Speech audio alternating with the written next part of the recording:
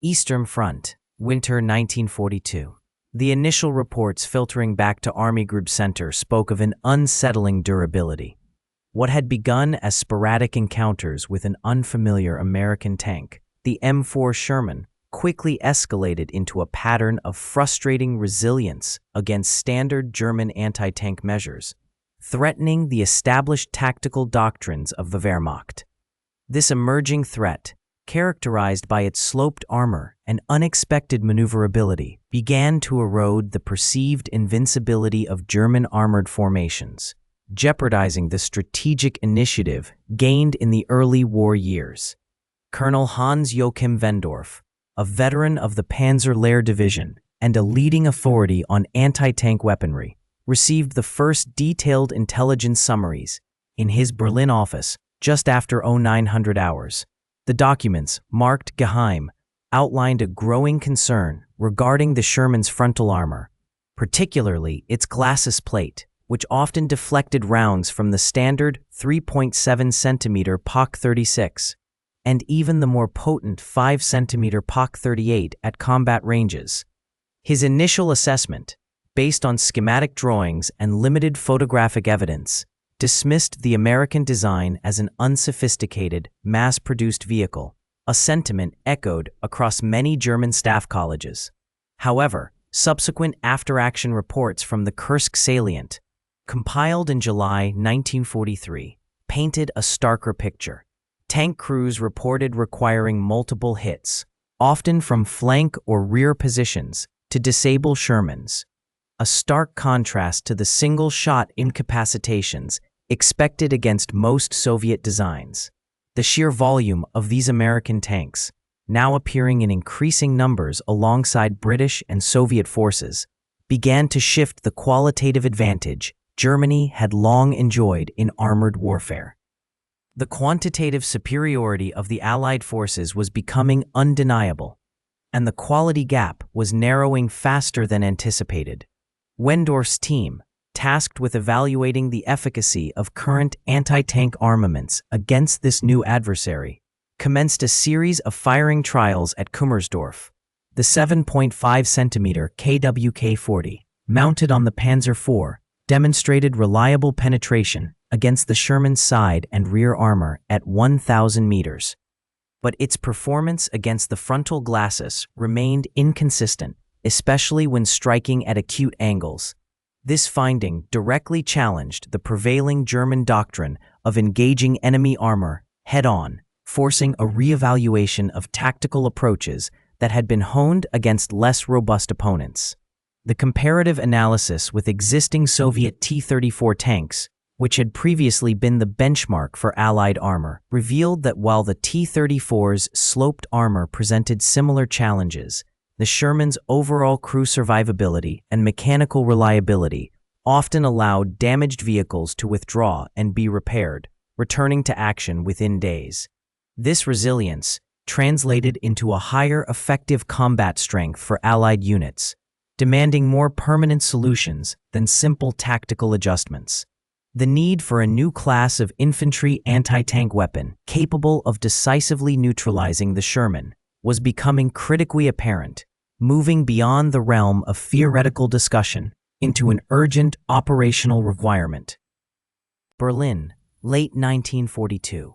The Führer's directive was unequivocal, a sharp command issued from the highest echelons of the Oberkommando der Wehrmacht, OKW, to the Heereswaffenamt, HWA, Department 9, responsible for infantry weapons. The Eastern Front, a grinding maw of attrition, demanded a new anti-tank capability, one that could be wielded by the common infantryman against the increasing numbers of Soviet T-34s and KV-1s. Sloped armor and thick hides had rendered standard anti-tank rifles largely obsolete. The stakes were immediate. Without a portable, effective counter, German infantry formations faced unacceptable losses and operational paralysis when confronted by massed armor. The mandate emphasized two critical parameters: portability and efficacy. Existing solutions, such as the 3.7 cm PAC 36, nicknamed Heereslager, Army Knocker, for its ineffectiveness against heavier armor, were too cumbersome for rapid deployment and lacked the requisite penetration. The 5-centimeter PaK-38 and the newer 7.5-centimeter PaK-40, while more potent, remained towed artillery pieces, requiring a crew and significant setup time, ill-suited for the fluid, often desperate close-quarters engagements of the Eastern Front. A weapon was needed that could be carried and operated by a single soldier, or at most, a two-man team, capable of delivering a decisive blow against 60 to 80 millimeters of sloped armor at combat ranges. Engineers at the Heereswaffenamt began a frantic search for viable concepts, sifting through captured enemy materiel and reviewing theoretical designs. The American M1 Bazooka, encountered in Tunisia during early 1943, had initially been dismissed by some senior German officers as an oversized toy. Its open-tube design appearing crude and its rocket propulsion system unfamiliar. However, detailed technical analysis of recovered examples, particularly the M6 Heat Warhead, revealed a sophisticated application of the Monroe effect, concentrating explosive energy into a narrow, high-velocity jet capable of piercing significant armor thickness. The principle, though known, had not been widely adopted for infantry portable systems within German doctrine. The M6 Warhead, measuring approximately 60 millimeters in diameter, contained a shaped charge liner, typically made of copper, designed to collapse and form a superplastic jet upon detonation. This jet, traveling at speeds exceeding 8,000 meters per second, could punch a hole through steel armor far exceeding the warhead's own diameter, a phenomenon that defied conventional understanding of explosive force. German engineers recognized the inherent efficiency of this design. Its ability to bypass the sheer mass required for kinetic energy penetrators. The key lay not in brute force, but in precisely directed energy. Production logs from German armaments factories, particularly those overseen by the Rheinmetall-Borsig and Dynamit Nobel consortiums, show a rapid reprioritization of research and development resources towards shaped charge technology. The initial disdain for the American stovepipe quickly dissolved into an urgent scramble to replicate and improve upon its core principles. The need for a lightweight, disposable launcher that could withstand the recoil of a rocket-propelled, shaped charge became paramount, pushing material science towards simpler, mass-producible components. The strategic implication was clear. If a single infantryman could consistently neutralize a tank, the balance of power on the battlefield, particularly in defensive operations, would shift dramatically. Occupied France, August 1943. A crumpled American M1 Bazooka, its launch tube bent at an improbable angle, lay beside a disabled German SDKFZ-234-2 Puma armored car. The Puma, a reconnaissance vehicle prized for its speed and light armor, showed a catastrophic penetration through its frontal glacis plate. A clean, almost surgical hole that belied the explosive force behind it. This was not the first such incident, but it was among the clearest, offering an intact weapon alongside its undeniable effect. German ordnance specialists, initially dismissive of what they perceived as an oversized, crude tube, began their meticulous examination. The M1, designated Raketenpanzerbüchse 43 by the Wehrmacht for internal reports, presented a stark contrast to the sophisticated engineering principles underpinning German anti-tank weaponry. It was a 60.3 mm smooth-bore steel tube, 1.37 meters in length, weighing approximately 6.8 kilograms unloaded, a weight that allowed a single infantryman to carry and operate it with relative ease. The rocket, the M6A1, was the true revelation. It weighed 1.57 kilograms, propelled by a solid fuel motor that burned for a mere 0.2 seconds, achieving a muzzle velocity of 83 meters per second. Its most critical component was the shaped charge warhead, a copper cone liner designed to focus explosive energy into a high-velocity jet of superplastic metal. This jet, rather than brute kinetic force, was the mechanism by which the bazooka achieved its devastating penetrations. Initial German evaluations, detailed in a September 1943 Waffenamt report, confirmed the M6A1's ability to penetrate 76 millimeters of rolled homogeneous armor at a 90-degree angle. This capability directly threatened the frontal armor of most German tanks then in service, including the Panzer IV Aust H, which possessed 80 millimeters of frontal hull armor, and the Panther Aust B, with its 80 millimeter glacis plate sloped at 55 degrees. The simplicity of the electric ignition system, powered by 2 dry cell batteries, further underscored the weapon's pragmatic design. The perceived toy-like appearance had masked a profound tactical shift. Unlike anti-tank rifles, which relied on projectile mass and velocity, or anti-tank guns, which were heavy and required a crew, the bazooka offered a lightweight, man-portable solution that could be deployed rapidly at close quarters. Its effectiveness against the thickest armor of the Panzerschreck V Panther, a tank considered nearly invulnerable from the front by many Allied forces, was a particularly sobering finding for German high command. The implications for infantry engagement doctrine were immediate and severe. The captured American M1A1 rocket launcher, dubbed Bazooka by Allied troops, underwent immediate and intense scrutiny at the German Waffenamt's technical facilities. Initial assessments by ordnance engineers confirmed the weapon's fundamental simplicity and its potential to deliver a shaped charge warhead with devastating effect against armored targets, despite its crude appearance. The initial mocking comments from some field officers, dismissing it as a stovepipe, quickly evaporated in the face of detailed ballistic reports. Development of a German equivalent, designated Raketenpanzerbüchse 54, RPZB 54, commenced with remarkable speed, driven by the urgent need for infantry anti-tank capabilities. The design retained the core principle of the American weapon, a shoulder-fired, open-tube launcher for fin-stabilized, rocket-propelled grenades. German engineers, however, quickly identified areas for improvement, particularly regarding the warhead's lethality and the operator's safety. The most significant modification involved the warhead.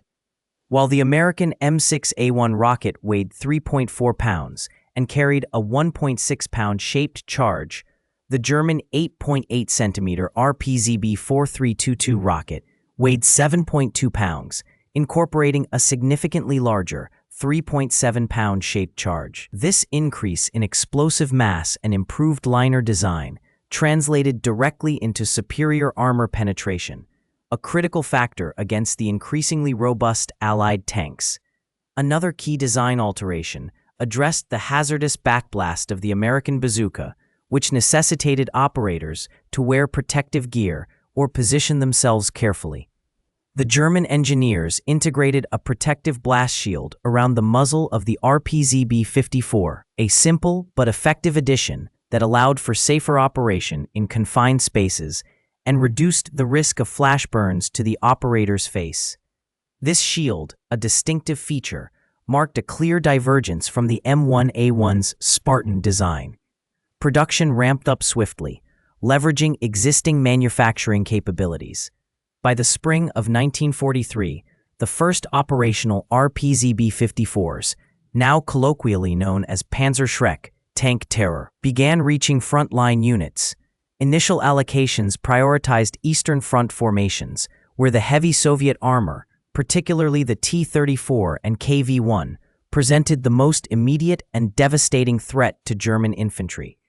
The introduction of the Panzerschreck provided a much-needed psychological and tactical boost to German infantry, who had often felt helpless against enemy tanks. Each weapon was issued with a basic load of 3 rockets, with subsequent resupply focused on maintaining a fighting inventory. Damage reports from early engagements confirmed the weapon's effectiveness, noting consistent penetration of T-34 frontal armor at ranges up to 150 meters, a capability previously reserved for dedicated anti-tank guns. The Panzerschreck, while still requiring a degree of training and courage to employ it effectively, offered a potent, portable countermeasure that could be distributed widely among infantry squads. Its relatively low cost and ease of manufacture made it an ideal solution for equipping a beleaguered army with a powerful defensive tool. The shift in anti-tank tactics began almost immediately, as infantry units, previously reliant on limited numbers of heavier weapons, now possessed a personal tank-killing capability. The Panther tank, entering service in mid-1943, presented a new order of armored threat. Its sloped frontal glacis plate, 80 millimeters thick, offered an effective line of sight thickness of 140 millimeters against horizontally striking projectiles, a geometry designed to defeat the kinetic energy penetrators prevalent in Allied arsenals. This innovative armor scheme, combined with a powerful 7.5 centimeter Quak 42 L-70 gun, shifted the tactical calculus on the eastern and western fronts. Early Allied anti-tank weapons, designed to defeat the vertical or lightly sloped armor of Panzer III and IV variants, found their capabilities severely tested. The American 57mm anti-tank gun, firing its standard armor-piercing capped APC round, could only reliably penetrate the Panther's frontal hull at ranges under 500 meters, and then only if the angle of impact was near perfect. British 6-pounder guns faced similar limitations, their shot frequently deflecting or failing to achieve full penetration against the Panther's robust forward protection. Field reports from Normandy in the summer of 1944 documented numerous instances where Panther tanks absorbed multiple direct hits from conventional anti-tank guns without catastrophic damage. A British 21st Army Group damage assessment, compiled from post-engagement analyses, recorded 14 Panther tanks that sustained 5 or more hits to the frontal arc from 57mm or 6-pounder rounds, yet remained operational or were only immobilized. This demonstrated a significant survivability margin previously unseen in German armor. The Panther's side armor, though thinner at 40 to 50 millimeters, was often protected by track skirts known as Schürzen, which could prematurely detonate shaped charge projectiles or shatter kinetic energy rounds before they reached the main hull. This layered defense further complicated engagement strategies for infantry-borne anti-tank assets. The sheer mass of the Panther, approaching 45 tons, also contributed to its resilience, absorbing kinetic energy impacts more effectively than lighter vehicles. The psychological impact on Allied troops facing the Panther was considerable. Units equipped with older anti-tank rifles, or even early-model bazookas, often found their rounds simply bouncing off the formidable German tanks. A pervasive sense of invulnerability began to attach itself to the Panther, fostering a cautious, often indirect approach to engagement, prioritizing flanking maneuvers over frontal assaults. The need for a new class of infantry anti-tank weapon capable of defeating such heavy armor became an operational imperative. Eastern Front, autumn 1943. The first Panzerschreck RKZB-54s arrived at frontline units, a shipment of 31,400 tubes by December, a desperate counter to the Soviet armor massing. Initial reactions within the Wehrmacht's officer corps were mixed, often leaning toward outright disdain, particularly among those steeped in the artillery traditions of the Great War and the Blitzkrieg's early successes.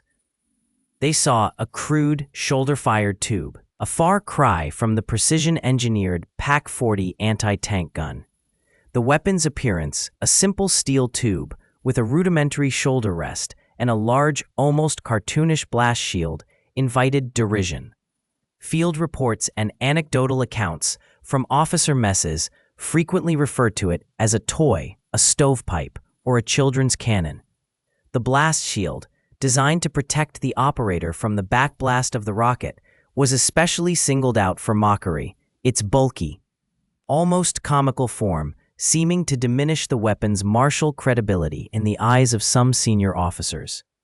These officers, often veterans of campaigns where the 3.7-centimeter PaK-36 had proven inadequate and the 7.5-centimeter PaK-40 had become the standard, viewed the Panzerschreck as a step backward in military engineering. Their faith rested in the established doctrine of anti-tank defense, emplaced guns, dug in, camouflaged, and supported by infantry, delivering accurate fire from a distance. The concept of an individual soldier engaging a tank at close range with what amounted to a glorified fireworks launcher seemed alien and undignified. Production logs from Hassag, Hugo Schneider AG in Leipzig indicated a monthly output of 15,000 units by early 1944, a volume that suggested a strategic shift, yet the skepticism persisted. Some unit commanders, particularly those removed from the immediate, brutal realities of tank infantry engagements, preferred to allocate precious resources to more conventional anti-tank assets, often leaving the Panzerschreck to be issued to less experienced troops or held in reserve.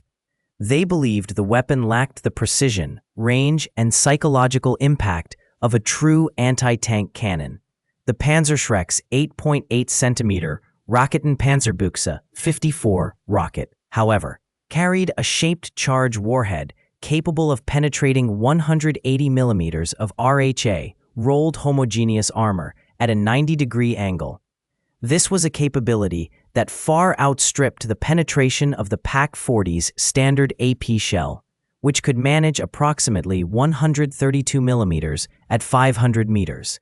The toy was, in fact, a portable, devastating answer to the thick frontal armor of the Soviet T-34-85 and the emerging Panther tanks, whose sloped glacis plates rendered many conventional rounds ineffective. The Panther, with its 80mm frontal armor sloped at 55 degrees, presented a formidable challenge to existing anti-tank measures. Its effective thickness against a direct hit approached 150 millimeters, making it largely impervious to anything but the heaviest anti-tank guns at close range. Yet the Panzerschreck, despite its humble appearance, could burn through this protection with relative ease, a fact that would soon force a brutal re-evaluation of its perceived value.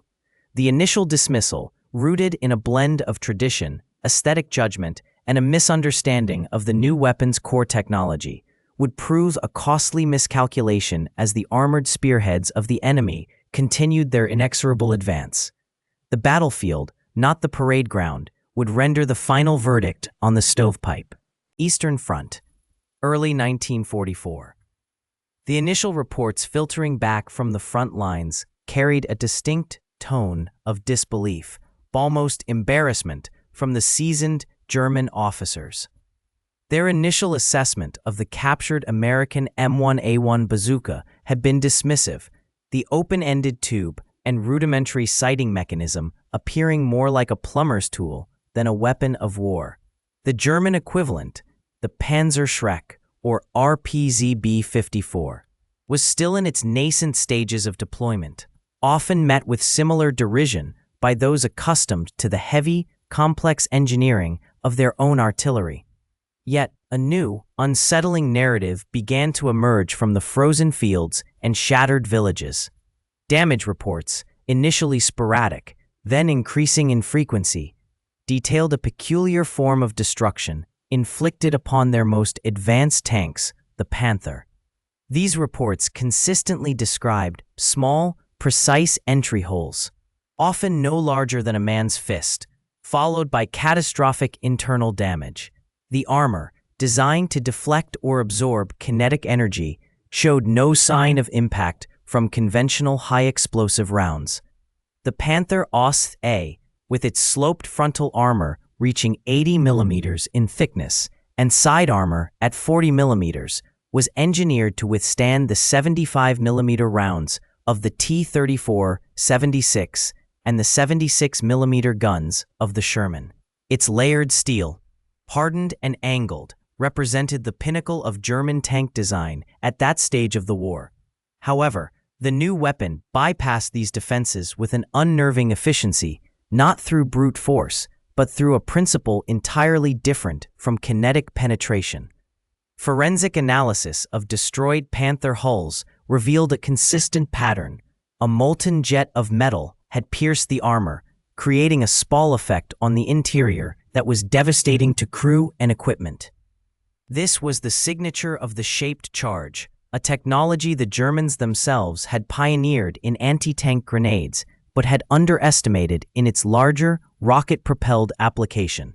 The Panzerschreck's 88mm rocket, carrying a 3.3-kilogram warhead, delivered a focused stream of superheated copper and gas at velocities exceeding 8,000 meters per second, effectively burning its way through steel. Production logs indicated an initial rollout of approximately 31,000 RPZB-54 units by March 1944, a number dwarfed by the hundreds of thousands of rifles and machine guns produced, reflecting its perceived secondary role.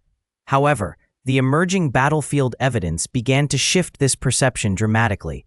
A single Panzerschreck team, often 2 men, could disable a Panther, an act that previously required coordinated anti-tank gunfire or specialized assault engineer teams. The strategic implications were profound. The psychological impact on tank crews, previously secure within their steel cocoons, was immediate and corrosive.